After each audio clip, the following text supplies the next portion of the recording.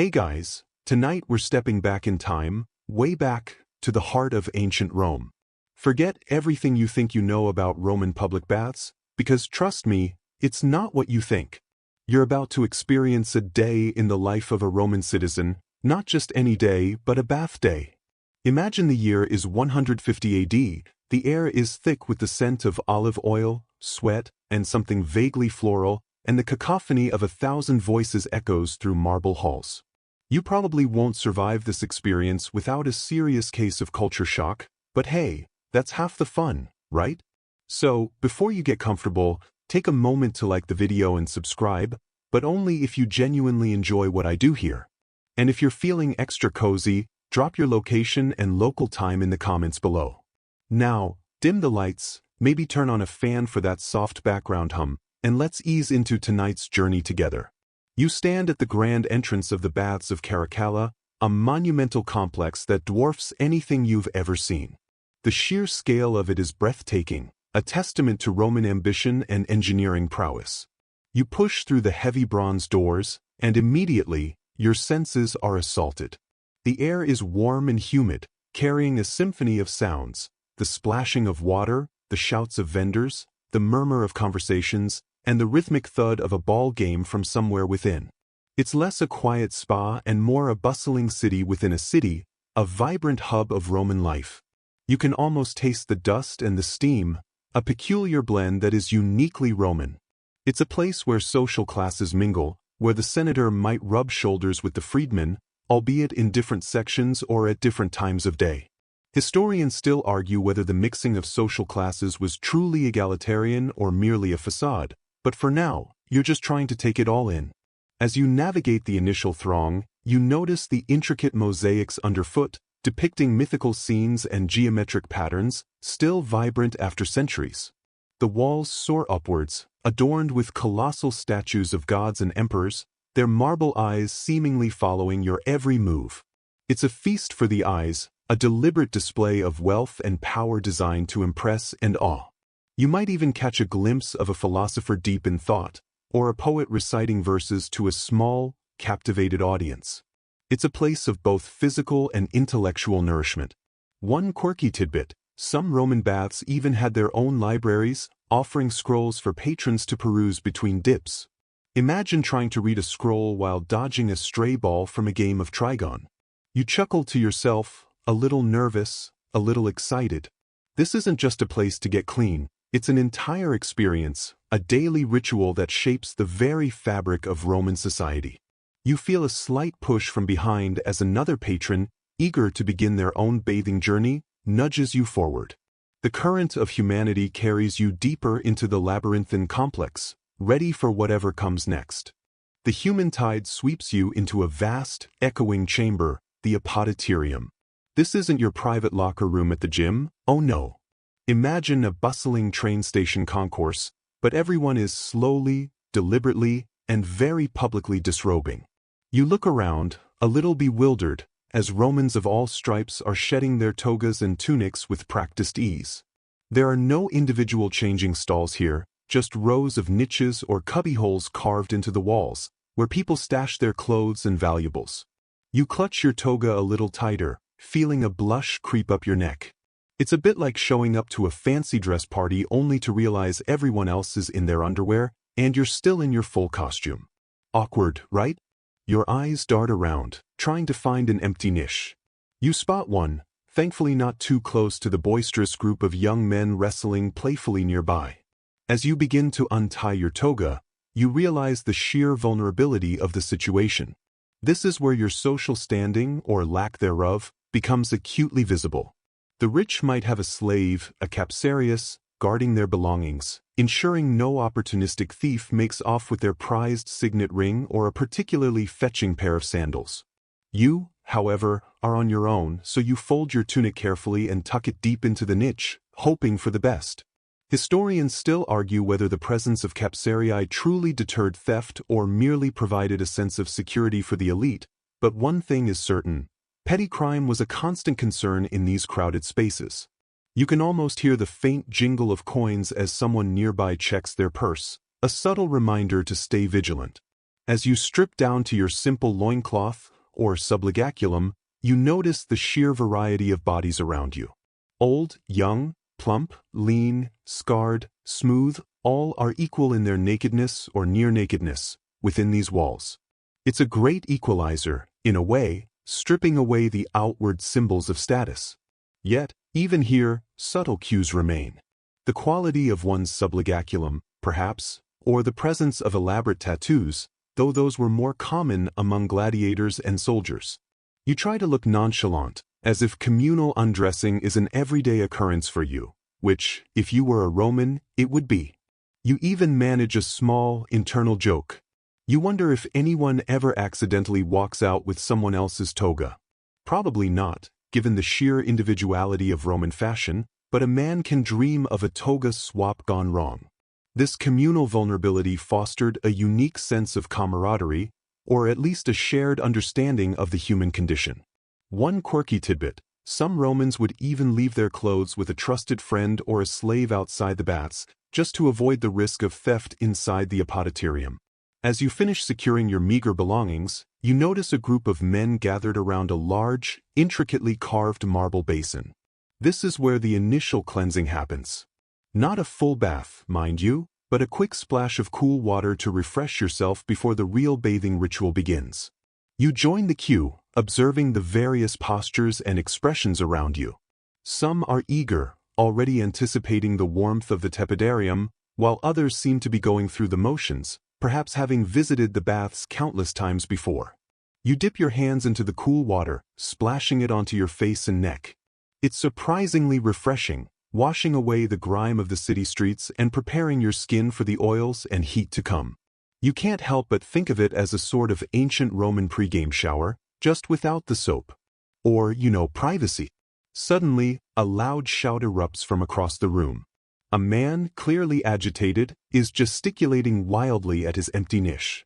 His capsarius, a young boy, looks terrified, stammering apologies. It seems his prized signet ring has vanished. A small crowd gathers, murmuring sympathetically, or perhaps just morbidly curious.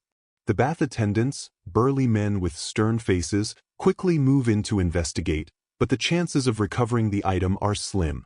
This is the flip side of the communal experience, the constant threat of theft. You silently pat your own tucked-away tunic, feeling a surge of relief that your modest possessions are still safe. It's a stark reminder that even in these grand, public spaces, vigilance is key. Historians still debate the effectiveness of Roman law enforcement within these bath complexes, with some arguing that the sheer volume of people made it a haven for petty criminals, while others suggest that the presence of balneators, bath managers, and their staff provided a reasonable level of security. You decide to keep a closer eye on your things from now on, a valuable lesson learned early in your Roman bath journey.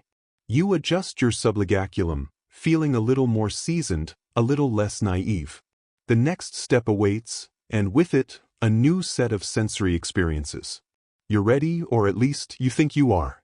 The gentle hum of anticipation fills the air, mingling with the lingering scent of sweat and marble. You take a deep breath, ready to move on to the next stage of this ancient ritual. Leaving the bustling, slightly unnerving chaos of the apoditerium, you find yourself in a large, open-air courtyard, bathed in the warm Roman sun. This is the palestra, a vibrant space dedicated to exercise and socializing. It's not a gym in the modern sense, with rows of gleaming machines and motivational posters. Instead, imagine a lively park, but everyone is either working up a sweat or intently watching others do so. The ground beneath your feet is a mix of packed earth and sand, perfect for the various athletic pursuits taking place. The air here is different too, less humid, more invigorating, filled with the sounds of grunts, shouts, and the rhythmic thud of bodies in motion. You see groups of men engaged in wrestling, their oiled bodies glistening in the sunlight, locked in ancient holds. Others are throwing javelins, their powerful arcs cutting through the air, or lifting rudimentary weights, grunting with effort. It's a scene of raw, physical exertion, a stark contrast to the more contemplative atmosphere you might expect from a bathhouse. You notice a few individuals playing harpastum, a rough-and-tumble ball game that looks suspiciously like a precursor to rugby, complete with enthusiastic tackles and plenty of shouting. You wisely decide to keep a safe distance from that particular melee, not wanting to end up with a broken nose before you've even had a proper bath. Historians still argue whether the palestra was primarily for serious athletic training or more for recreational activity and social display, but it's clear that both elements were present. As you observe, you realize the palestra is as much a social arena as it is an athletic one. Groups of men stand around, chatting animatedly, discussing politics, business, or the latest gossip. You overhear snippets of conversation about upcoming gladiatorial games, a senator's recent speech, and even a rather scandalous tale about a wealthy merchant's wife. It's like the ancient Roman equivalent of a water cooler, but with more sweat and significantly less clothing. You might even spot a philosopher holding court, surrounded by eager students, debating the finer points of stoicism while a wrestling match rages nearby. It's a wonderfully chaotic blend of high culture and lowbrow entertainment. One quirky tidbit: some Roman emperors, like Nero, were known to participate in these athletic contests themselves, often with questionable skill but undeniable enthusiasm. Imagine trying to subtly let the emperor win a wrestling match without making it too obvious. You feel a gentle nudge and turn to see an older Roman man, his face etched with wrinkles but his eyes twinkling with amusement. He gestures towards a group playing trigon, a fast-paced ball game involving 3 players arranged in a triangle, throwing and catching multiple balls simultaneously. It looks incredibly complex, requiring quick reflexes and even quicker wit. He offers you a spot, and despite your initial hesitation, you decide to join in. It's a chance to immerse yourself fully in the Roman experience, to move beyond mere observation. You quickly discover that your hand-eye coordination isn't quite up to Roman standards, as a ball whizzes past your ear, narrowly missing you. Your new companions laugh good-naturedly, offering tips and encouragement. It's a refreshing change from the competitive intensity of the wrestling, a more relaxed way to work up a sweat. After a few rounds of trigon, your muscles are starting to feel the burn, and a fine sheen of perspiration covers your skin. This is precisely the point of the palestra, to get your body warmed up and your pores open, ready for the cleansing rituals to come. You thank your temporary teammates and excuse yourself, feeling a sense of accomplishment. You've not only exercised but also engaged in a bit of Roman camaraderie, a small victory in itself.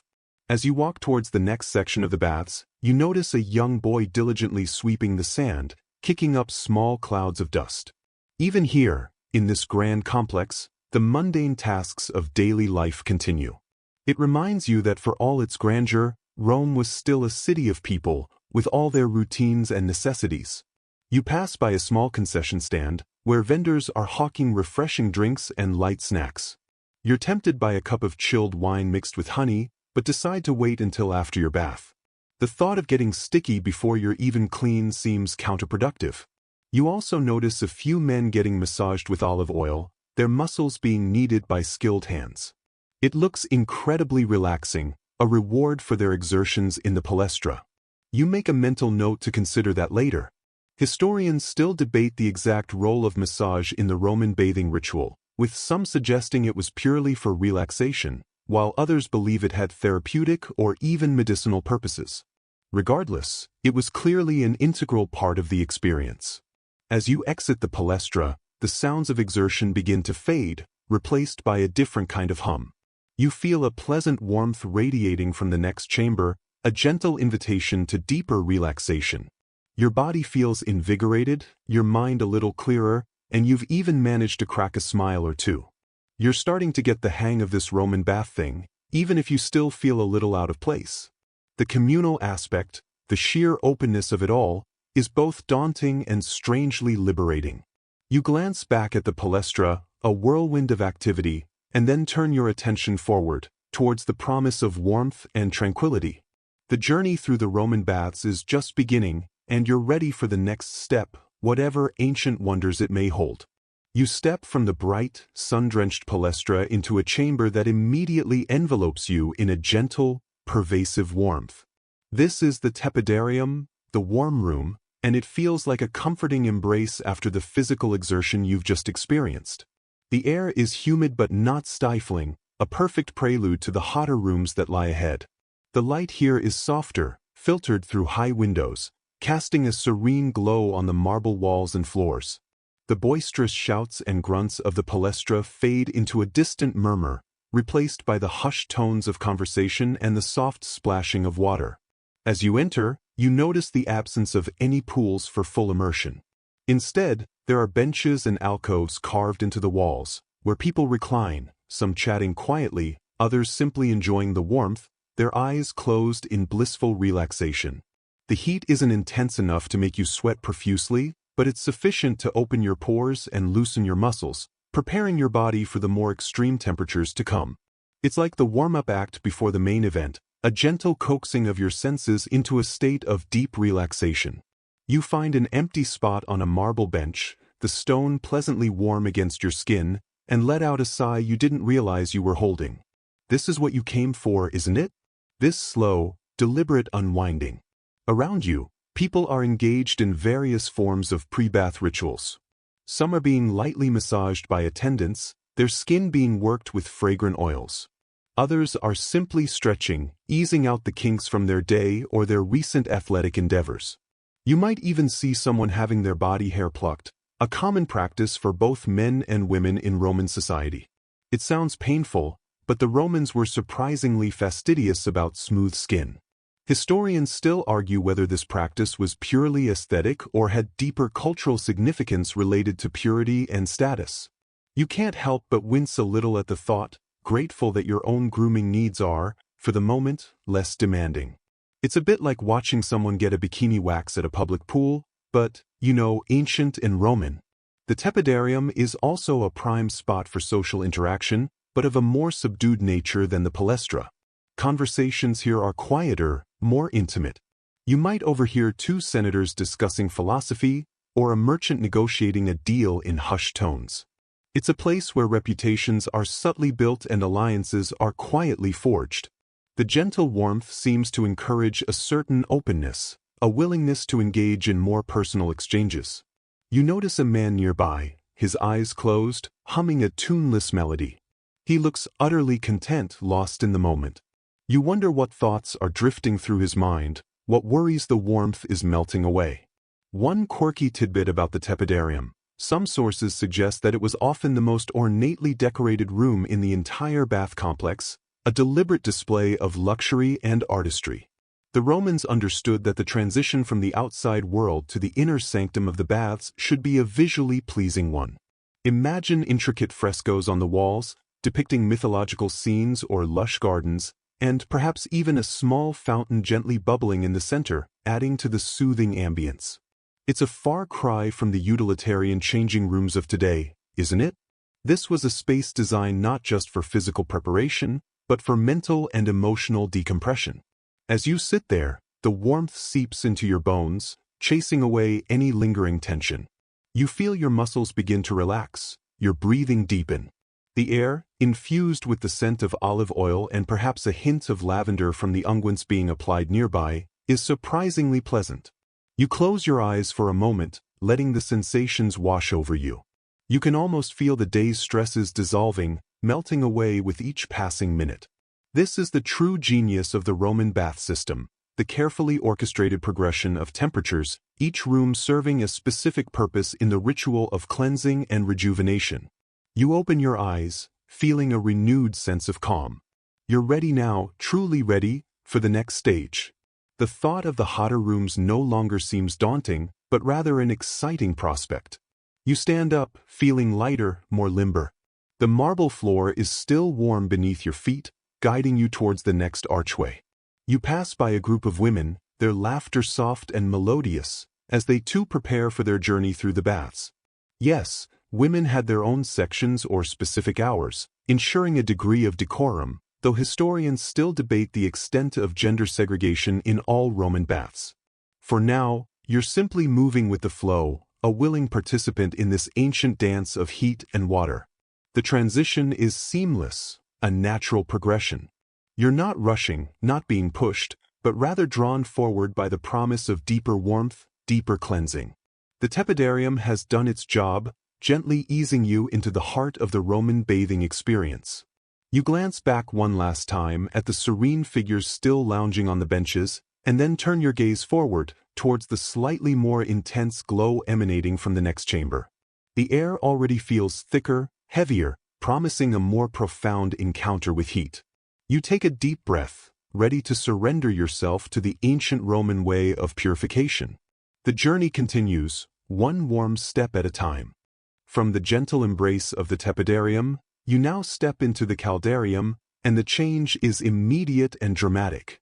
A wave of intense, moist heat washes over you, instantly coating your skin in a fine sheen of perspiration. This isn't just warm, this is hot. Imagine walking into a giant, luxurious steam room, but instead of just steam, there's also a large, deep pool of steaming hot water, the alveus, inviting you to immerse yourself. The air is thick with vapor, making the colossal marble columns and vaulted ceilings appear hazy, almost ethereal. Sounds are muffled, and the world outside this steamy cocoon feels miles away. This is where the serious cleansing begins, where your body truly starts to purge the day's impurities. You find yourself instinctively taking shallower breaths, adjusting to the oppressive humidity. The floor is warm, almost hot, beneath your feet, and the walls radiate heat from the ingenious hypocaust system beneath. You can almost hear the distant crackle of the furnaces, tirelessly working to maintain this inferno. People are scattered around the room, some submerged in the alveus, others sitting on marble benches, their faces glistening with sweat, looking simultaneously uncomfortable and utterly relaxed. It's a bit like a sauna, but with a grander, more communal, and frankly, more intimidating atmosphere. You feel a bead of sweat trickle down your temple, and then another and another. Your pores, already opened by the tepidarium, are now in full-on detox mode. Approaching the alveus, you notice the water is surprisingly clear, despite the number of bodies. The Romans were meticulous about their water supply and drainage, a testament to their advanced engineering. You tentatively dip a toe into the hot pool, and the warmth is almost scalding at first, but then your body begins to adjust, and it becomes surprisingly soothing. You slide in, letting the hot water envelop you. The sensation is incredibly relaxing, the heat penetrating deep into your muscles, easing any remaining tension. You close your eyes, letting the steam and warmth work their magic. You can almost feel the grime and worries of the day melting away, dissolving into the hot water. Historians still argue whether the caldarium was primarily for hygiene or for its perceived therapeutic benefits, but for you, right now, it's pure, unadulterated bliss. As you float in the alveus, you observe the rituals around you. Some bathers are using small, individual bowls to pour hot water over themselves, a personal ablution within the communal space. Others are chatting quietly, their voices hushed by the steam. You might even see a slave diligently scrubbing down a patron, a reminder that even in this egalitarian space, social hierarchies persisted. It's a strange paradox, this blend of public vulnerability and private service. You can't help but wonder if anyone ever accidentally drinks the bathwater. Probably not, but the thought makes you chuckle, a silent, steamy laugh. One quirky tidbit: some caldaria had a labrum, a large, cold water basin, positioned nearby for quick rinses, offering a momentary respite from the intense heat before diving back in. After a good soak, you emerge from the alveus, feeling thoroughly parboiled, in the best possible way. Your skin is flushed, your muscles loose, and you feel a profound sense of lightness. The sweat continues to pour, carrying away toxins and leaving you feeling incredibly clean. You grab a seat on a marble bench, letting the ambient heat continue its work. You notice the sheer scale of the room, the impressive architecture designed to contain and distribute this immense heat. The Romans were masters of climate control, long before thermostats were even a twinkle in an inventor's eye. This was not just a functional space, it was a statement of power and ingenuity. You might catch a glimpse of a Roman matron, attended by her slaves, gracefully navigating the steamy environment. Or perhaps a group of soldiers, their bodies scarred from campaigns, finding solace in the communal warmth. The caldarium was a place where everyone, regardless of their station, submitted to the purifying power of heat and water. It was a daily ritual, a necessity, and a luxury all rolled into one. You wipe the sweat from your brow, feeling utterly refreshed, almost reborn. The intensity of the heat has cleared your mind, leaving you with a sense of calm focus. You're ready for the next stage of this ancient journey, whatever fiery or icy challenge it may present. The air still shimmers with heat, a lingering promise of deep cleansing, as you prepare to move on, your body tingling with anticipation. Having emerged from the humid embrace of the caldarium, you now seek an even more intense form of heat. You are drawn towards a smaller, more enclosed chamber, where the air feels distinctly different, dry, scorching, almost brittle. This is the laconicum, or sometimes called the sudatorium, the Roman equivalent of a dry sauna or sweat lodge. If the caldarium was a warm, steamy hug, the laconicum is a fierce, dry blast, designed for maximum perspiration and deep purification. The transition is stark, and your skin immediately prickles in response to the arid heat. The room is typically circular or octagonal, with benches arranged around the perimeter. There are no pools here, just an overwhelming, pervasive heat that seems to bake you from the inside out. The walls are often plain, less ornate than the tepidarium or caldarium, emphasizing the functional purpose of this space, to make you sweat and sweat profusely. You find a spot on a wooden bench, thankfully not marble, which would be unbearable, and sit down, feeling the heat immediately begin its work. It's so hot that the air itself feels heavy, almost solid. You can almost hear your pores screaming for mercy, then gratefully opening wide. It's a bit like being in an oven, but a very intentional, therapeutic oven. You wonder if anyone ever accidentally leaves a loaf of bread in here. Probably not, but the thought is amusing. Within moments, your body responds, and rivulets of sweat begin to cascade down your skin. This is a different kind of sweat than in the caldarium. It feels cleaner, more intense, as if every impurity is being drawn out. The dry heat makes it evaporate quickly, creating a constant cycle of sweating and cooling that is both invigorating and exhausting. You close your eyes, focusing on your breath, trying to adapt to the extreme conditions. It's a test of endurance, a mental and physical challenge. You notice other bathers in various states of meditative stillness or quiet contemplation, their faces flushed, their bodies glistening. There's a profound silence in this room, broken only by the occasional sigh or the soft drip of sweat onto the floor. Historians still argue whether the laconicum was a later addition to the Roman bath complex or an integral part of the original design, but its purpose for intense sweating is undeniable. One quirky tidbit about the laconicum: it was often heated to such extreme temperatures that some bathers would use a special tool, a strigil, to scrape off the sweat and grime during their session, rather than waiting until later. Imagine the dedication to cleanliness. You, however, are content to simply sit and let the heat do its work, feeling the tension drain from your muscles, the worries from your mind. It's a powerful, almost spiritual experience, this deliberate act of purification. You feel lighter, cleaner, as if shedding not just physical impurities but mental burdens as well. The heat forces you to be present, to focus on your body and its sensations, pushing everything else aside. After what feels like an eternity, but is probably only a few minutes, you decide you've had enough. Your skin is tingling, your head feels light, and you know you've achieved the desired level of perspiration. You stand up slowly, feeling a renewed sense of energy despite the heat. The dry air has done its job, leaving you feeling thoroughly cleansed and invigorated. You wipe the sweat from your eyes, a small smile playing on your lips. You've faced the fire, and you've emerged, if not unscathed, then certainly purified. It's a strange kind of triumph, conquering the heat, but a triumph nonetheless. You can almost hear your ancestors cheering you on, proud of your commitment to ancient Roman hygiene. As you step out of the laconicum, the air outside feels almost cool by comparison, even though you're still within the warm confines of the bath complex. The contrast is sharp, a welcome relief after the intense dry heat. You feel a sense of accomplishment, having pushed your body to its limits in the pursuit of cleanliness and well-being. Your skin feels incredibly soft, your muscles deeply relaxed. You're now perfectly primed for the next, and perhaps most shocking, stage of the Roman bathing ritual. You glance back at the entrance to the laconicum, a silent nod of respect to its purifying power. The journey through the Roman baths is a carefully orchestrated dance of temperatures, each step building upon the last, preparing you for the ultimate sensory experience. You take a deep breath, ready for the plunge, literally. The anticipation is palpable, a mix of dread and excitement, as you prepare to face the frigid embrace of the next chamber. After the fiery embrace of the laconicum, your body is primed, pores wide open, muscles thoroughly relaxed.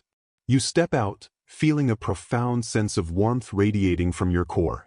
But the journey isn't over. In fact, the most bracing part is yet to come. You move towards another chamber, and this one feels distinctly different. A chill permeates the air, a stark contrast to the heat you've just endured. This is the frigidarium, the cold room, and it houses the cold plunge pool, a true Roman wake-up call. You can almost hear your body's internal thermostat screaming in protest, but curiosity and the promise of ultimate refreshment propels you forward. The frigidarium is often a grand, open space, sometimes even outdoors or partially open to the sky, allowing for natural light. The centerpiece is, of course, the large, unheated pool of water. The water looks deceptively still, almost inviting, but you know better. You've heard tales of the shock, the gasp, the invigorating jolt that awaits. It's like standing at the edge of a frozen lake in winter, knowing you're about to jump in, but in a much more aesthetically pleasing, marble-clad setting.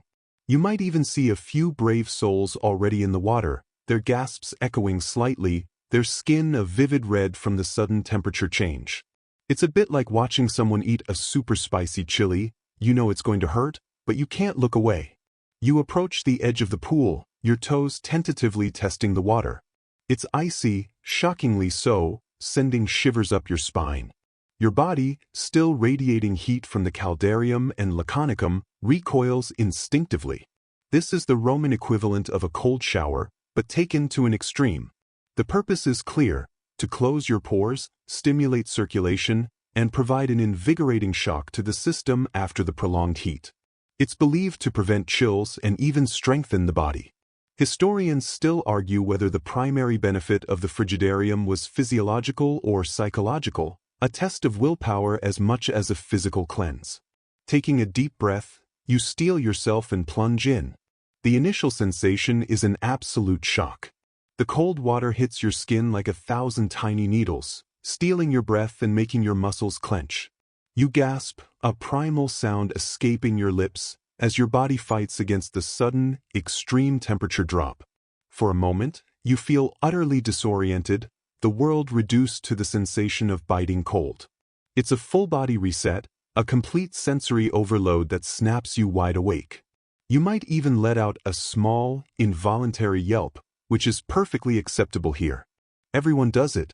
It's the universal language of the cold plunge. But then, something remarkable happens. As your body adjusts, a strange warmth begins to spread from within. The initial shock gives way to an exhilarating rush, a tingling sensation that courses through your veins. Your mind feels incredibly clear, your senses heightened. You feel alive, truly, vibrantly alive. It's a feeling of profound refreshment, a complete rejuvenation after the intense heat. You might even find yourself laughing, a slightly hysterical, triumphant laugh at having conquered the cold. It's a powerful reminder of your own resilience, a small victory in the grand scheme of Roman bathing. You don't linger long in the frigidarium. A quick dip, perhaps a few strokes, and then you're scrambling out, your skin glowing, your body buzzing with renewed energy. The air outside the pool, though still cool, now feels almost balmy in comparison. You towel off briskly, feeling the blood rush back to your extremities, leaving you with a delightful warmth. It's a sensation that's hard to describe, a blend of invigoration and deep calm. You feel utterly cleansed, inside and out, ready to face whatever the Roman day throws at you. One quirky tidbit: some frigid aria were so large and elaborate that they were used for swimming, not just quick plunges, complete with fountains and decorative statues. Imagine doing laps in icy water, just for fun. As you stand there, drying off, you notice the other bathers emerging from the cold pool, each with their own unique reaction. Some shivering uncontrollably, others beaming with a sense of accomplishment. It's a shared experience, a communal rite of passage that binds you to your fellow Romans. You've gone through the fire and the ice, and you've emerged stronger, cleaner, and more awake than you felt all day. This final shock to the system is the perfect capstone to the heating cycle, preparing your body for the next stages of the bathing ritual, which involve more personal care and relaxation. You glance back at the shimmering surface of the frigidarium pool, a silent acknowledgement of its power. It's a place of extremes, a testament to the Roman belief in the therapeutic benefits of hot and cold contrasts. You've survived, and more than that, you've thrived. The journey through the Roman baths is a carefully choreographed dance of temperatures, each step designed to bring you closer to a state of perfect balance and well-being. You feel a lightness in your step, a clarity in your mind, as you move towards the next section, ready for the final touches of this ancient purification. The air still holds a hint of coolness, a lingering memory of the invigorating plunge, as you prepare to embrace the next phase of your Roman bath experience. Having survived the invigorating shock of the frigidarium, you emerge feeling incredibly clean, but not quite finished. Your skin is tingling, your body humming with renewed energy. Now comes the part that might seem a little unconventional to your modern sensibilities. You head towards a designated area, often near the tepidarium or a specialized room, where the final stages of Roman hygiene take place. This is where you truly learn the art of the strigil and the luxurious ritual of oil anointing. You watch as others around you engage in this ancient practice. A strigil is a curved metal implement, typically bronze or iron, shaped somewhat like a blunt letter opener or a small, elongated spoon. It's not for shaving, nor is it a weapon, though in the wrong hands, it could probably do some damage. Its purpose is far more intimate: to scrape off the mixture of sweat, dirt, and olive oil that has accumulated on your skin during your journey through the baths. You might initially wince at the sight, thinking it looks rather harsh, but you're assured it's surprisingly effective and, when done correctly, not at all painful. It's a bit like using a squeegee on a very sweaty window, but the window is you. You wonder if they had different sizes for different body parts. Probably not, but a man can dream of a miniature strigil for, say, behind the ears. You pick up a strigil yourself, feeling its cool weight in your hand. It's a simple tool, yet central to Roman personal care. You apply a fresh layer of olive oil to your skin, often a scented variety, perhaps infused with rose or lavender, which helps to loosen any remaining grime and lubricate the skin for the scraping. Then, with a gentle but firm hand, you begin to draw the strigil down your arm. The sensation is surprisingly satisfying. You see the grayish mixture of oil, sweat, and dead skin cells collecting on the blade. It's a visible testament to the cleansing process, a tangible sign of your purification. You repeat the motion, systematically working your way across your body, feeling incredibly clean with each pass. Historians still argue whether the strigil was primarily for hygiene or also served as a form of exfoliation, but its role in Roman bathing is undisputed. For those who could afford it, a slave would perform this task, meticulously scraping every inch of their master's body. Imagine the luxury of having someone else do the dirty work. But for most, it was a self-administered ritual, a moment of quiet, focused self-care. You notice the rhythmic scraping sounds filling the air, a peculiar symphony of cleanliness. It's a deeply personal act, yet performed in a communal setting, another one of those Roman paradoxes you're becoming accustomed to. One quirky tidbit: some wealthy Romans would even have their strigils made of precious metals, intricately decorated, turning a utilitarian tool into a status symbol. Imagine trying to scrape yourself with a gold strigil. Talk about fancy. Once you've thoroughly scraped yourself clean, your skin feels incredibly smooth and soft, almost baby-like. Now comes the final, most luxurious part of this stage: the anointing with fresh, fragrant oils. You choose a small vial of perfumed oil, perhaps jasmine or myrrh, and pour a few drops into your palm. The scent is exquisite, a stark contrast to the earthy smells of the baths. You rub the oil into your skin, feeling its rich, emollient texture.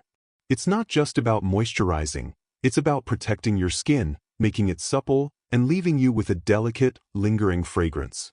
This was the Roman equivalent of your post-shower lotion, but far more elaborate and aromatic. The oil seeps into your freshly cleansed pores, leaving your skin glowing and hydrated. You feel utterly pampered, a true Roman citizen indulging in one of life's simple yet profound pleasures.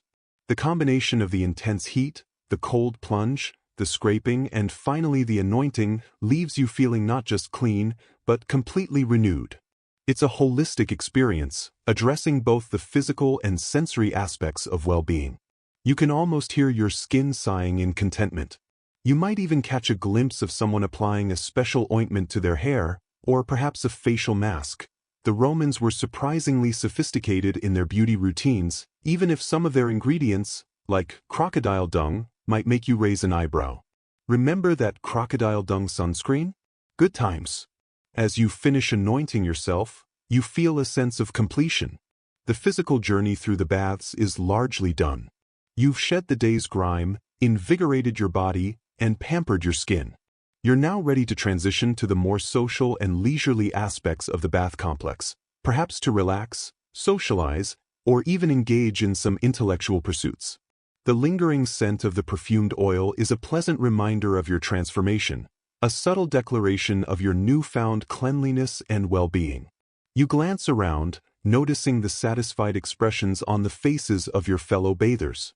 It's a shared ritual, a communal journey towards purity and rejuvenation. You feel a lightness in your step, a clarity in your mind, as you prepare to embrace the next phase of your Roman bath experience, feeling utterly refreshed and ready for whatever comes next. With your body thoroughly cleansed and oiled, you might think your Roman bath experience is complete. But oh no, my friend, you've only just begun to delve into the fascinating, sometimes bizarre, world of ancient Roman grooming and beauty treatments. This isn't just about getting clean, it's about presenting your best, most polished self to the world, even if that self involves some rather peculiar practices by modern standards.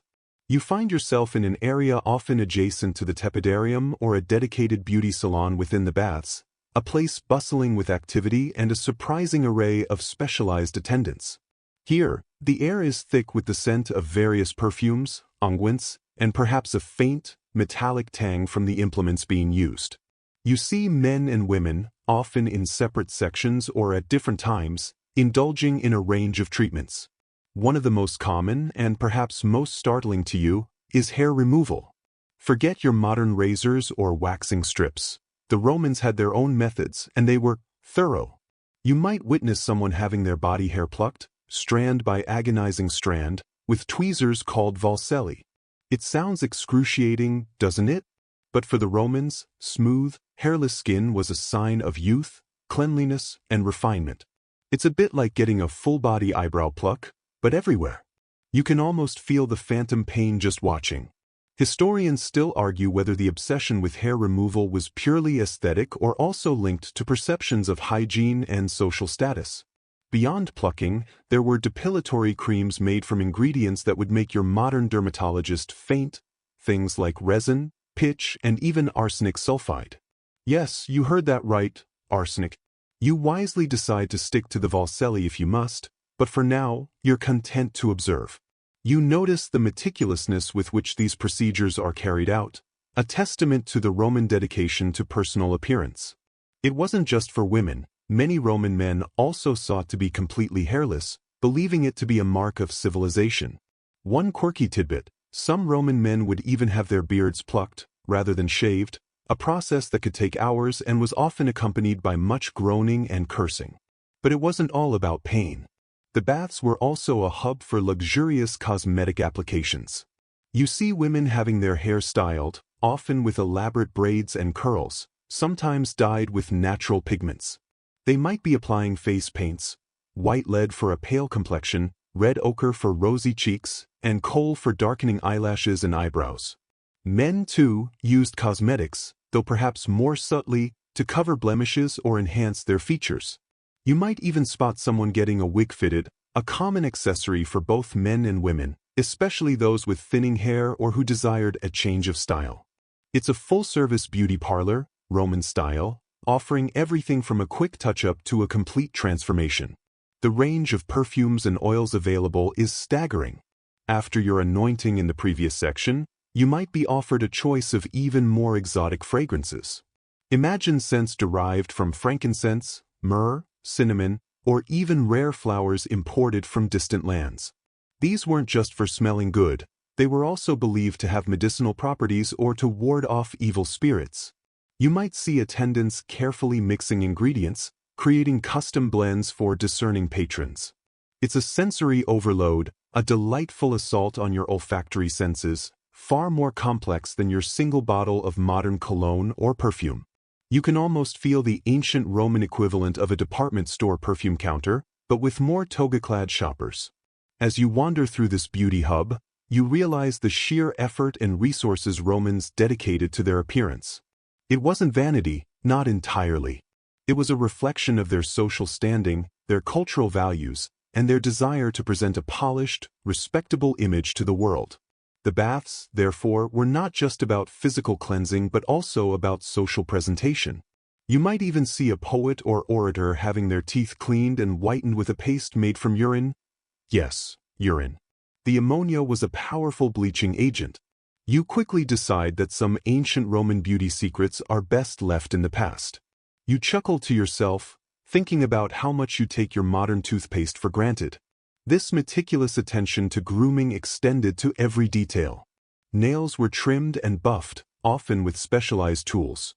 Hands and feet were massaged and softened. The goal was a holistic sense of well-being and aesthetic perfection. You feel a renewed appreciation for the simpler, less painful beauty routines of your own time, but also a grudging respect for the Romans' dedication. They truly believed that a healthy body and a beautiful appearance were intertwined, essential components of a good life.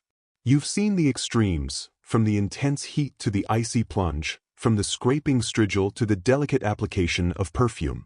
You're now not just clean, but polished, scented, and ready to face the world, or at least the next section of the baths, with a newfound Roman flair. After the rigorous journey through heat, cold, scraping, and even the occasional hair plucking, your body is not just clean and invigorated, but also, let's be honest, a little peckish and parched. You've worked up an appetite, and thankfully, the Romans, ever practical and indulgent, anticipated this need. You drift towards areas within the bath complex, often near the tepidarium or the palestra, where vendors and small stalls offer a welcome array of food and drink. This isn't a full-blown feast, but rather a chance to replenish your energy with light snacks and cool, refreshing beverages. The air here carries new aromas, a delightful departure from the oils and steam. You catch the scent of freshly baked bread, sweet fruits, and perhaps a hint of spiced wine. It's a pleasant assault on your senses, a reward for your efforts. You see various vendors, some with portable trays, others with more permanent counters, hawking their wares. There's a lively buzz of conversation, but it's a more relaxed, contented hum than the earlier chaos of the apodyterium. People are sitting on benches, reclining on cushions, or simply standing and chatting, all with a snack or drink in hand. It's a bit like a modern-day food court, but with more marble and significantly less plastic. You wonder if they had a loyalty program for frequent bathers. Probably not, but a man can dream of free olives. You approach a stall laden with an assortment of delights. There are fresh figs, plump dates, and juicy grapes, all glistening in the soft light. You also spot small, savory pastries, perhaps filled with cheese or honey, and slices of flatbread, still warm from the oven. For drinks, there's water, of course, often chilled with snow brought down from the mountains, a true luxury. But you also see pasca, a refreshing, slightly acidic drink made from water, vinegar, and sometimes herbs, popular with soldiers and the common folk. And for those seeking something a little stronger, there's always diluted wine, often sweetened with honey or spiced. You opt for a handful of dates and a cup of chilled water, feeling the immediate relief as the cool liquid soothes your throat. Historians still argue whether the food and drink sold in the baths were primarily for sustenance or also served as a social lubricant, encouraging longer stays and more interaction. As you munch on your dates, savoring their sweetness, you notice the variety of people enjoying their refreshments. A group of philosophers are debating a point of logic over cups of pasca, their gestures animated. A family is sharing a loaf of bread, the children giggling as they chase each other around a column. It's a microcosm of Roman society, all taking a moment to refuel and relax. The food isn't elaborate, but it's wholesome and satisfying, perfectly suited to the needs of a post-bath body. You feel your energy levels slowly returning, the slight lightheadedness from the heat now replaced by a pleasant sense of well-being. One quirky tidbit: some wealthy Romans would even have elaborate banquets brought into the baths, complete with multiple courses and fine wines, turning their refreshment break into a full-blown dining experience. Imagine trying to eat a 7-course meal while still slightly damp from the frigidarium. You lean back against a cool marble wall, enjoying the simple pleasure of food and drink. The sounds around you are comforting: the gentle clinking of pottery, the murmur of voices, the occasional burst of laughter. It's a moment of peace and contentment, a chance to simply be after the intensity of the bathing ritual. You reflect on the sheer efficiency of the Roman bath system, how it catered to every need, from physical cleansing to social interaction and even basic sustenance. It wasn't just a place to get clean, it was a complete lifestyle experience, a daily escape from the rigors of Roman life. As you finish your snack, you feel completely refreshed, ready for whatever the rest of the bath complex has to offer. Your body feels light, your mind clear, and your stomach pleasantly full. The lingering taste of dates and the coolness of the water are a perfect end to this part of your journey. You glance around, noticing the satisfied expressions on the faces of your fellow bathers. It's a shared ritual, a communal journey towards purity and rejuvenation. You feel a lightness in your step, a clarity in your mind, as you prepare to embrace the next phase of your Roman bath experience, feeling utterly refreshed and ready for whatever comes next. The air still holds a hint of coolness, a lingering memory of the invigorating plunge, as you prepare to embrace the next phase of your Roman bath experience. With your hunger and thirst satisfied, you might assume the Roman bath experience is winding down. But you'd be mistaken. The baths were far more than just a place for physical cleansing. They were cultural centers, hubs of entertainment, and even intellectual sanctuaries. You wander further into the sprawling complex, and the sounds shift again. The splashing of water and the murmur of conversation are now interspersed with the rustle of papyrus, the clatter of gaming pieces, and perhaps the faint strains of a lyre. This is where the Romans fed their minds and spirits, not just their bodies. You discover a quiet, dignified space, lined with shelves holding countless scrolls. This is the bath library, a feature of many larger Roman bath complexes. Imagine a public library, but instead of hushed whispers, there's a gentle hum of intellectual activity, and everyone is either lightly oiled or still slightly damp. You can browse works of philosophy, history, poetry, and rhetoric, all meticulously copied and stored.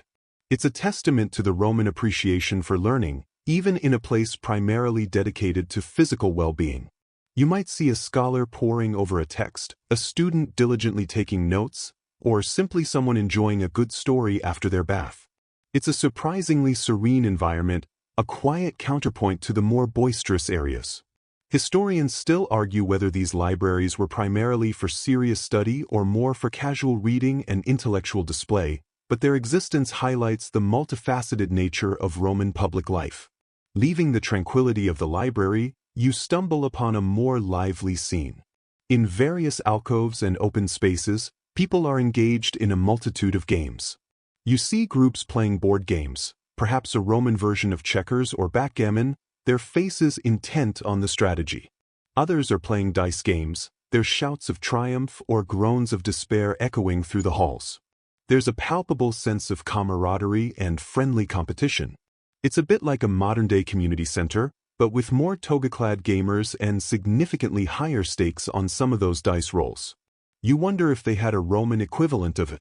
No cheating rule, given the prevalence of gambling. Probably not, but a man can dream of an ancient Roman referee.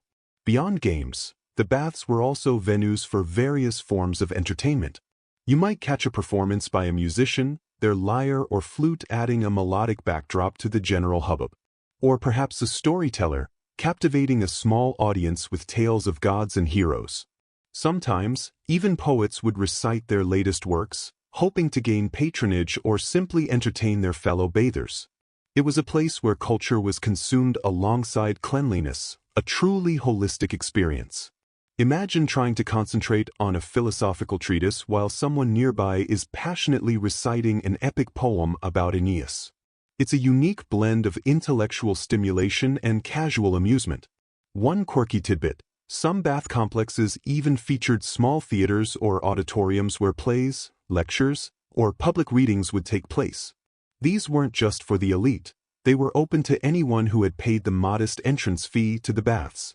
It truly underscores the idea that the baths were central to Roman public life, offering a wide array of activities beyond mere hygiene.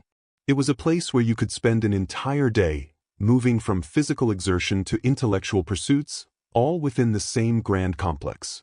You could literally go from sweating profusely to pondering the meaning of life, all before lunch. As you observe these various forms of entertainment, you realize the baths served a crucial role in fostering community and cultural exchange. They were places where ideas were shared, stories were told, and friendships were forged. The relaxed atmosphere, combined with the sheer variety of activities, encouraged interaction and engagement. It was a place where the lines between social classes could blur, at least temporarily, as everyone sought enjoyment and relaxation. Historians still argue whether the entertainment provided in the baths was primarily for diversion or also served as a subtle form of social control, keeping the populace content and occupied. You might even find yourself drawn into a conversation with a stranger, discussing the merits of a particular poet or the latest news from the forum. The shared experience of the baths, the communal vulnerability, seems to break down barriers, making it easier to connect with others. It's a powerful reminder that human needs for connection and entertainment are timeless, transcending the centuries. You feel a sense of belonging, a quiet satisfaction in being part of this vibrant, ancient scene. The sounds of laughter, music, and conversation mingle with the distant splashing of water, creating a rich tapestry of Roman life. As the day progresses, you notice the light beginning to soften, casting long shadows across the marble floors. The energy in the baths remains high, but there's a subtle shift, a winding down towards the evening. You've seen the physical cleansing, the pampering, and now the intellectual and recreational pursuits. The baths truly were a world unto themselves, offering something for everyone. You've experienced a side of Roman life that is far richer and more complex than you ever imagined, a place where the body and mind were equally nourished. You take a deep breath, feeling a profound sense of contentment, ready to move on to the next aspect of this incredible institution.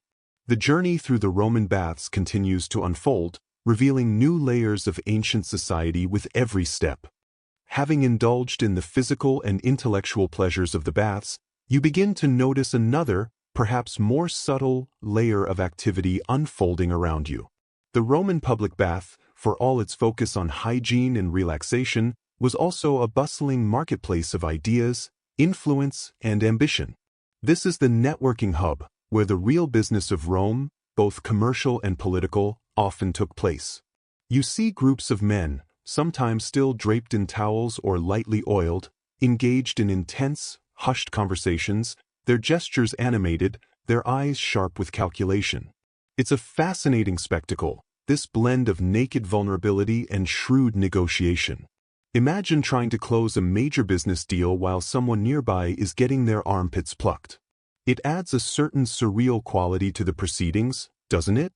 The relaxed atmosphere, the shared experience of the bath, seemed to lower inhibitions and foster a sense of camaraderie that was conducive to forging connections.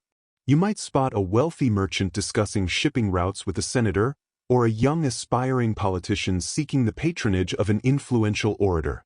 The baths were the ultimate informal meeting space, far more effective than any stuffy office or formal banquet.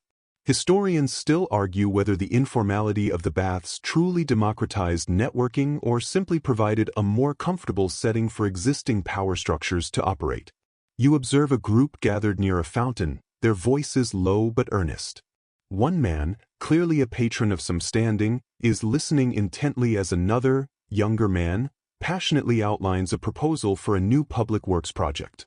You catch snippets of their conversation, talk of contracts, labor, and the ever-present need for imperial approval. It's a delicate dance of persuasion and influence, played out against the backdrop of splashing water and distant shouts from the palestra. You realize that many of the decisions that shaped the Roman world, from the construction of new aqueducts to the appointment of provincial governors, might have been initiated or solidified right here, amidst the steam and marble. One quirky tidbit: some Roman politicians were known to strategically time their visits to the baths, knowing they would encounter key figures and have opportunities for informal discussions. It was a subtle art, this bathhouse diplomacy, requiring a keen eye for opportunity and a thick skin for the occasional accidental elbow. It's a bit like modern-day golf course networking, but with more public nudity and less plaid. You wonder if anyone ever tried to bribe a senator with a particularly good massage. Probably not, but the thought is amusing.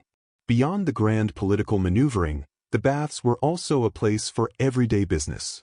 You might see a craftsman negotiating the price of his wares with a potential buyer, or a landowner discussing crop yields with his tenants. The sheer volume of people passing through the baths daily made it an ideal location for commerce and communication. Messages were exchanged, appointments were made, and rumors, both true and false, spread like wildfire through the various chambers.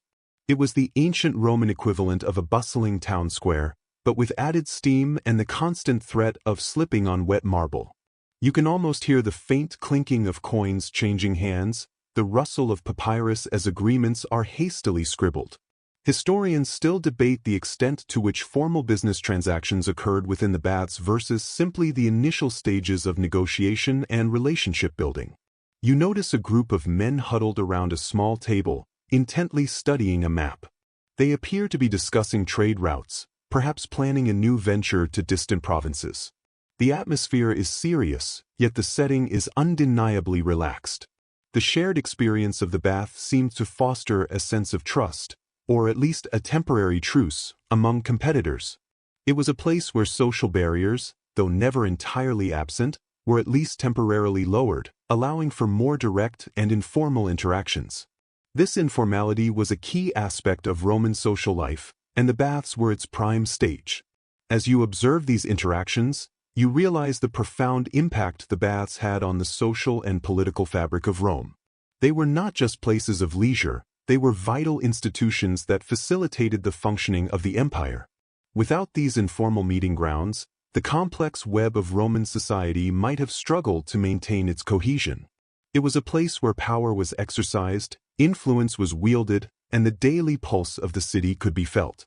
You might even catch a glimpse of a poet trying to secure funding for his next epic, or a sculptor seeking commissions for new public statues.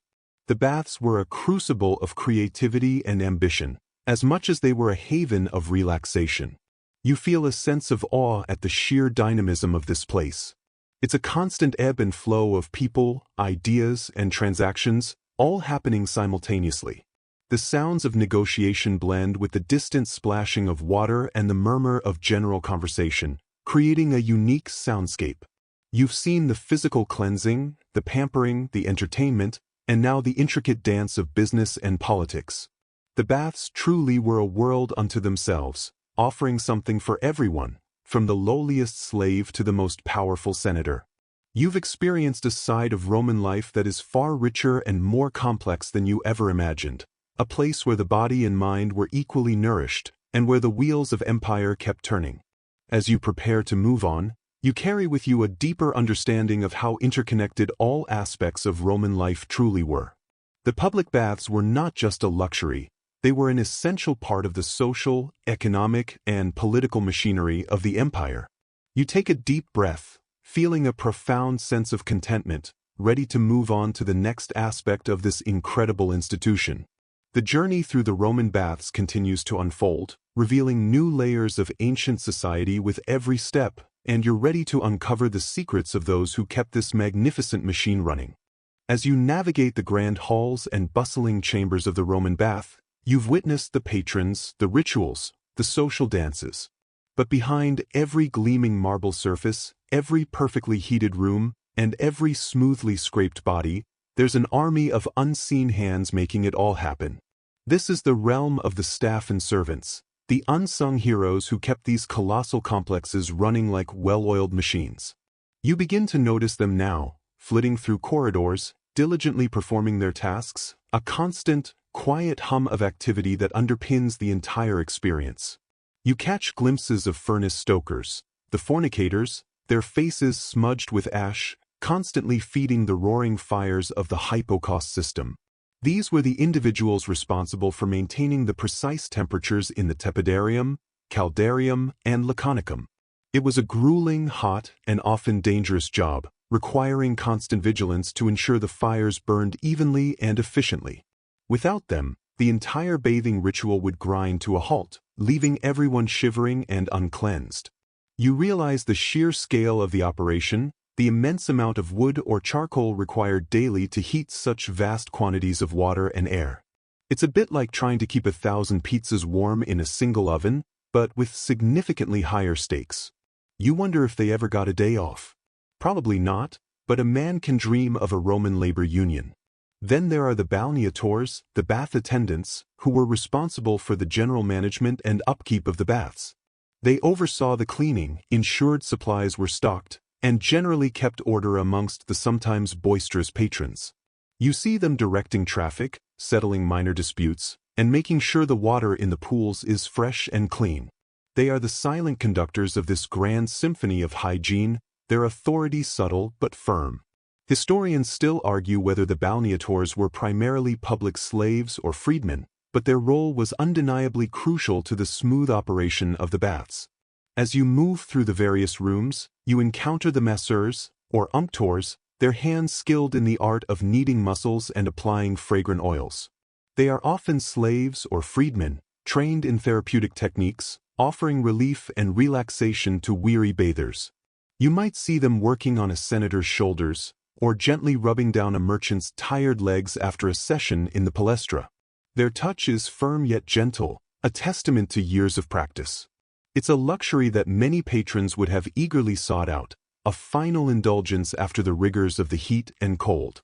One quirky tidbit: some masseurs were also skilled in rudimentary medical practices, offering treatments for aches, pains, and minor ailments right there in the baths. Imagine getting a chiropractic adjustment while still covered in olive oil. Beyond these more visible roles, there were countless others.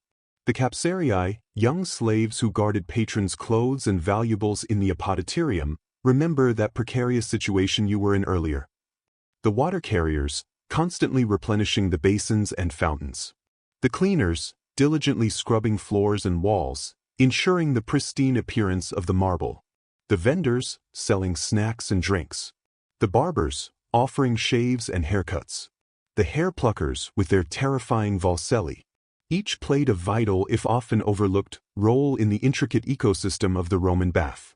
It was a massive undertaking, a small city of workers dedicated to the comfort and cleanliness of the Roman populace. You realize that the grandeur and efficiency of the Roman baths were not solely due to ingenious engineering or lavish architecture, but also to the tireless labor of these individuals. They were the gears and cogs in this magnificent machine, often working in anonymity, their efforts rarely acknowledged by the patrons they served. Their lives were dictated by the rhythms of the baths, from the early morning fires to the late evening cleanups. It's a stark reminder of the social stratification of Roman society, where the leisure of some was built upon the labor of many. As you observe a young boy, perhaps a capsarius in training, diligently sweeping a stray leaf from a mosaic floor, you feel a pang of empathy. His future, like that of many others here, is inextricably linked to the fortunes of the bath complex. Yet, even in their servitude, there was a sense of purpose, a contribution to the daily life of Rome. Historians still debate the quality of life for these bath workers, with some sources suggesting harsh conditions, while others point to the potential for social mobility for skilled freedmen. Regardless, their presence was essential, their labor invaluable. You've seen the front of house, the grand displays of Roman leisure and luxury. Now, you've caught a glimpse of the backstage, the engine room where the magic truly happened. It adds another layer of appreciation for the complexity and ingenuity of Roman society. The baths were not just buildings, they were living, breathing entities, powered by human effort and dedication. You take a deep breath, feeling a profound sense of contentment, ready to move on to the next aspect of this incredible institution. The journey through the Roman baths continues to unfold, revealing new layers of ancient society with every step, and you're ready to uncover the secrets of those who kept this magnificent machine running. You've experienced the heat, the cold, the cleansing, the socializing, and even caught a glimpse of the tireless staff. Now, take a moment to truly appreciate the silent, colossal genius that makes all of this possible: the architecture and engineering of the Roman public bath. It's not just a building, it's a meticulously designed machine, a marvel of ancient technology that allowed thousands of people to bathe, relax, and socialize in comfort day after day, for centuries. You stand in awe, looking up at the soaring arches and vaulted ceilings, realizing the sheer audacity of the Roman vision. The most impressive and perhaps least visible aspect of this engineering feat is the hypocaust system. Remember those warm floors and walls in the tepidarium and caldarium? That wasn't magic, my friend, that was brilliant Roman innovation. Beneath your feet, and within the walls, lies a complex network of raised floors supported by small brick pillars, creating a hollow space. Hot air and smoke from massive furnaces, stoked by those fornicators you saw earlier, circulated through these spaces, heating the rooms from below. It was a radiant heating system, centuries ahead of its time, providing a consistent, comfortable warmth throughout the bathing areas. Imagine trying to design and build something like that without modern blueprints or computer simulations. It's a bit like building a giant, ancient central heating system, but without the benefit of a thermostat or a handy instruction manual. You wonder if they ever had a Roman equivalent of a boiler explosion. Probably not, but the thought is amusing. But the hypocaust was only one piece of the puzzle. The management of water was equally, if not more, astounding. These baths required an enormous, constant supply of fresh water and an equally efficient system for draining away the dirty water. This was achieved through the intricate network of Roman aqueducts, bringing pristine water from distant springs and rivers directly into the city and then, specifically, into the bath complexes. You can almost hear the distant rush of water through lead pipes, a constant flow ensuring that the pools were always fresh and clean. The dirty water, after use, was then channeled away through an elaborate system of drains and sewers, often used to flush the city's latrines before eventually emptying into the Tiber River. It was a sophisticated, self-sustaining cycle of water management, a testament to Roman urban planning. Historians still argue whether the Romans fully understood the health implications of lead pipes, but their engineering prowess in water delivery is undeniable. Look around at the sheer scale of the construction. The massive brick and concrete walls, often faced with marble, were not just for aesthetics. They were structural masterpieces designed to support the immense weight of the vaulted ceilings and the vast quantities of water. The concrete, a Roman invention, was incredibly durable, allowing them to build structures that have stood for millennia. The architects understood principles of stress and load distribution that would be fully rediscovered until the Renaissance. The sheer size of these complexes, often covering several acres, required an incredible amount of planning, resources, and skilled labor. It's a bit like building a modern stadium, but with hand tools and a lot more sweat. You wonder if they ever had a Roman equivalent of a building inspector. Probably not, but a man can dream of ancient Roman safety regulations. One quirky tidbit: some Roman baths even incorporated ingenious mechanisms for controlling light and air. For instance, the Pantheon, originally a temple but later a church, features a massive oculus in its dome, allowing natural light to flood the interior. While not a bath, the same principles of manipulating natural elements were applied. In baths, strategically placed windows and openings were designed to maximize sunlight and ventilation, creating a pleasant and healthy environment. They understood the importance of natural light and fresh air long before modern architects started talking about sustainable design. Imagine trying to get a good tan in the caldarium, probably not recommended. As you gaze up at the towering arches and the remnants of intricate mosaics, you realize that these structures were not just functional, they were also powerful symbols of Roman power, wealth, and civic pride. They were monuments to the empire's ability to harness nature and technology for the benefit of its citizens. The sheer scale and sophistication of these complexes were unparalleled in the ancient world, and indeed, for many centuries after. They were places where the ordinary Roman could experience a level of luxury and comfort that would be unimaginable in many other societies.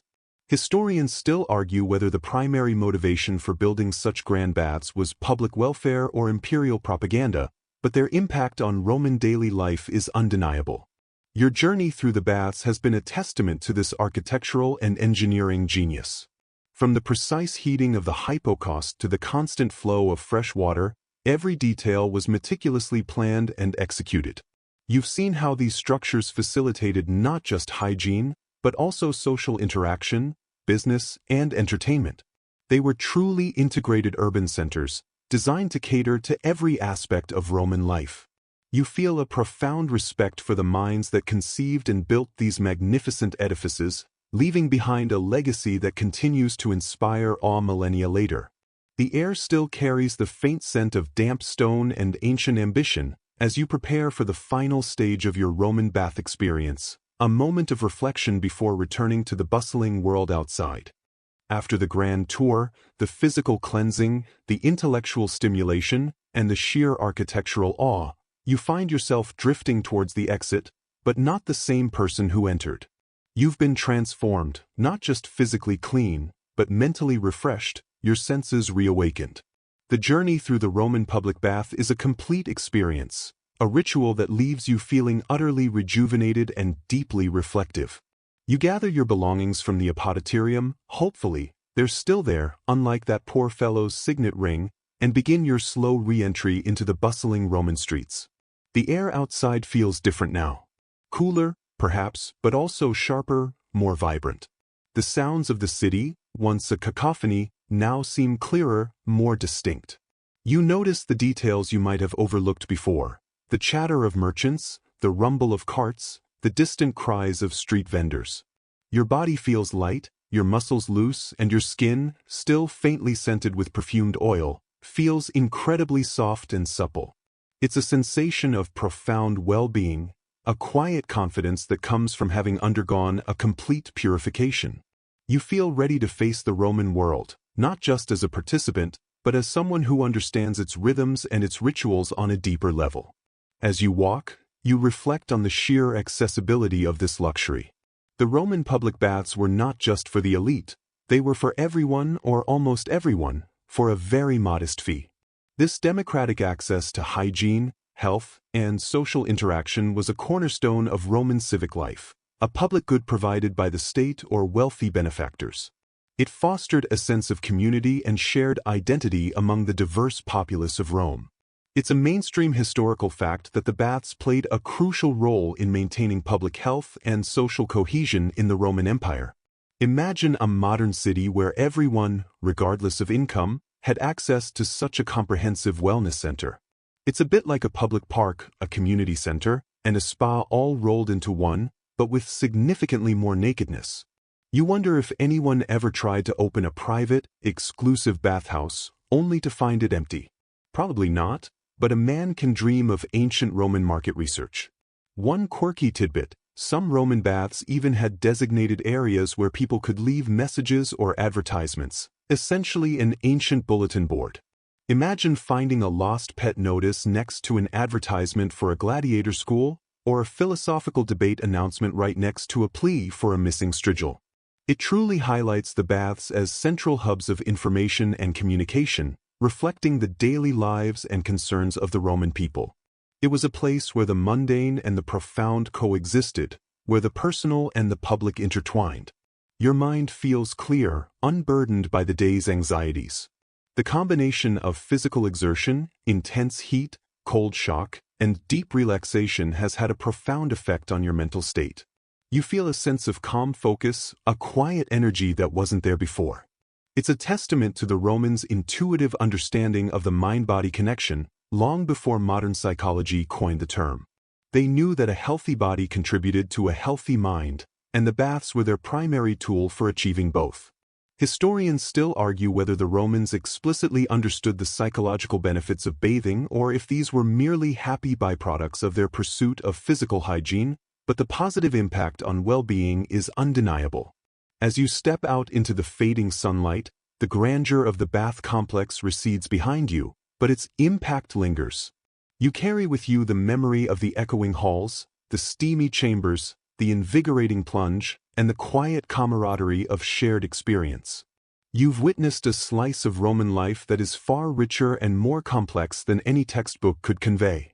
You've seen how a simple act of cleansing could be transformed into a profound social, cultural, and even political ritual.